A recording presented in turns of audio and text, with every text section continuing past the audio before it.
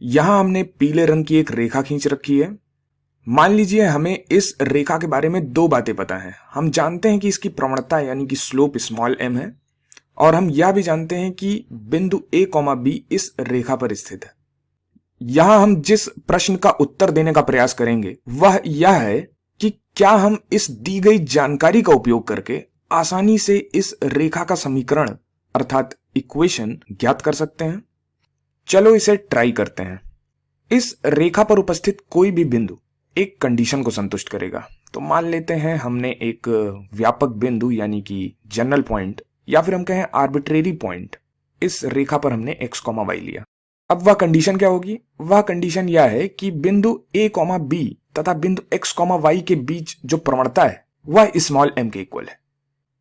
तो इस जानकारी का इस्तेमाल करके चलो हम इस रेखा का समीकरण लिखने का प्रयास करते हैं। तो बिंदुओं a, b तथा x, y के बीच प्रवणता क्या होगी? प्रवणता बराबर होगी चेंज इन y बटे चेंज इन x, अर्थात y में परिवर्तन बटे x में परिवर्तन। तो y में परिवर्तन को हमने डेल्टा y तथा x में परिवर्तन को हमने डेल्टा x से लिखा है। यहां पर डेल्टा ग्रीक लेटर है जिसका मतलब होता है परिवर्तन यानी कि चेंज। चलो बिंदुओं a, b तथा x, y के बीच हम y में परिवर्तन तथा x में परिवर्तन को देखते हैं। इस बिंदु पर y कितना है? इस बिंदु पर y b के बराबर है। और इस बिंदु पर y कितना है? x, y पर y कितना है? यहां तो y के ही बराबर है। चेंज इन y यहां पर कितना हुआ? Change in y delta y हुआ y माइनस बी। तो यहां पर यह बराबर होगा, अंश में आएगा y माइनस बी। चेंज इन y है y माइनस बी बटे चेंज इन x कितना है, अर्थात x में परिवर्तन कितना है। तो चेंज इन x यानी कि x में परिवर्तन को यदि हम देखें यहां पर इस बिंदु a, b पर x कितना है? x a के इक्वल है। तो इस बिंदु पर है x a के इक्वल, और x, y पर x तो x के ही बराबर है यानी कि यह x के ही इक्वल है। तो x में परिवर्तन यानी कि चेंज इन x कितना हुआ यहां पर? चेंज इन x हुआ यहां पर x माइनस a। तो प्रवणता हो जाएगी y माइनस बी बटे x माइनस a। और चूंकि इस रेखा की प्रवणता स्मॉल m दी है इसलिए यह बराबर होगी स्मॉल m के। तो हमने एक समीकरण ज्ञात कर लिया है। अब इस समीकरण को रेखा पर उपस्थित कोई भी बिंदु संतुष्ट करेगा, या फिर हम कहें कि कोई भी बिंदु जिसका x निर्देशांक स्मॉल x की जगह रखा जाए और y निर्देशांक स्मॉल y की जगह पर रखा जाए और इस समीकरण को वह संतुष्ट करे, तो वह बिंदु इस रेखा पर उपस्थित होगा, क्योंकि उस बिंदु तथा बिंदु a, b के बीच जो प्रवणता है वह स्मॉल m के इक्वल है। अतः हम कह सकते हैं कि हमने समीकरण को ज्ञात कर लिया है, यानी कि हमने दी गई रेखा के समीकरण को ज्ञात कर लिया है। इसको यदि हम थोड़ा सरल करें तो हमें मिलेगा y माइनस बी बराबर m गुणे x माइनस a। यहां बस हमने x माइनस a से दोनों पक्षों में गुणा कर दिया है। तो रेखा का यह समीकरण जिस रूप में लिखा हुआ है गणितज्ञों ने इसे बिंदु ढाल रूप यानी कि पॉइंट स्लोप फॉर्म का नाम दिया। तो यह रेखा के समीकरण का बिंदु ढाल रूप यानी कि पॉइंट स्लोप फॉर्म है। तो समीकरण के इस रूप को बिंदु ढाल रूप क्यों कहते हैं, यानी कि पॉइंट स्लोप फॉर्म क्यों कहते हैं? समीकरण को यदि हम देखें तो यहां पर इस समीकरण में रेखा का स्लोप यानी कि प्रवणता या फिर इसे हम ढाल भी कह सकते हैं स्मॉल m है, यानी कि समीकरण में स्मॉल m उपस्थित है। तथा जिस बिंदु से रेखा गुजरती है या फिर कहें कि जो बिंदु रेखा पर उपस्थित है जैसे कि स्मॉल a, स्मॉल b, यहां पर स्मॉल a तथा स्मॉल b भी उपस्थित है इस समीकरण में।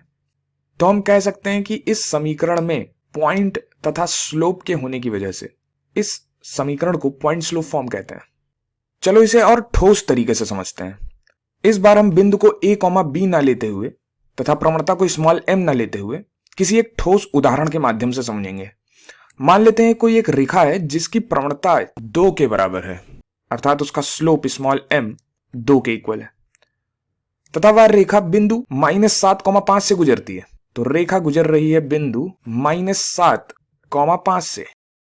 अब आप बहुत तेजी से इन दो जानकारियों का इस्तेमाल करके इस पॉइंट स्लोप फॉर्म की मदद से रेखा का समीकरण लिख सकते हैं। आप कहेंगे कि ऐसी रेखा जिसकी प्रवणता 2 है तथा जो बिंदु -7,5 से गुजरती है उसका समीकरण होगा y माइनस बी चूंकि यहां पर b की जगह पर 5 है, इसलिए आएगा y माइनस 5 बराबर m गुणे x माइनस ए, और m की जगह पर 2 है तथा स्मॉल a की जगह पर -7 है। 2 गुणे ब्रैकेट में x -7। तो यह रेखा का एक प्रकार का विशुद्ध बिंदु ढाल रूप है। इसे आप चाहें तो सरल भी कर सकते हैं। तो यहां पर माइनस माइनस प्लस हो जाएगा, तो यह सरल होकर के आएगा y माइनस 5 बराबर 2 गुणे x प्लस 7। तो यह रेखा के समीकरण को लिखने का एक तरीका है। वैसे रेखा के समीकरण को लिखने के और भी बहुत से तरीके हैं, जिनमें से एक जिससे हम काफी परिचित हैं वह है ढाल अंताखंड रूप यानी कि स्लोप इंटरसेप्ट फॉर्म। तथा इस समीकरण को हम बहुत ही आसानी से स्लोप इंटरसेप्ट फॉर्म में बदल भी सकते हैं। तो यह करने के लिए हम इसे लिखते हैं y माइनस 5 बराबर 2 का गुणा हमने अंदर कर लिया, तो यह मिलेगा 2x प्लस 7 गुणे 2 14। अब यदि हम 5 को दोनों तरफ जोड़ दें, दोनों पक्षों में 5 को जोड़ने पर बाएं पक्ष में मिलेगा y बराबर 2x प्लस 14 में 5 जुड़ेगा तो यह मिलेगा 19, तो यह होगा 2x प्लस 19। तो यह है स्लोप इंटरसेप्ट फॉर्म यानी कि ढाल अंताखंड रूप। तो इस स्लोप इंटरसेप्ट फॉर्म में x का गुणांक होता है स्लोप, यानी कि यह होती है रेखा की प्रवणता, या फिर इसे हम ढाल भी कह सकते हैं। तो यह है प्रवणता, और यहां पे जो 19 है यह है y अक्ष पर काटा गया अंताखंड, तो इसे हम लिखते हैं y अंताखंड से। तो यहां पर ये नीचे जो समीकरण लिखा है यह है स्लोप इंटरसेप्ट फॉर्म, और ऊपर जो हमने समीकरण लिखा है यह है पॉइंट स्लोप फॉर्म।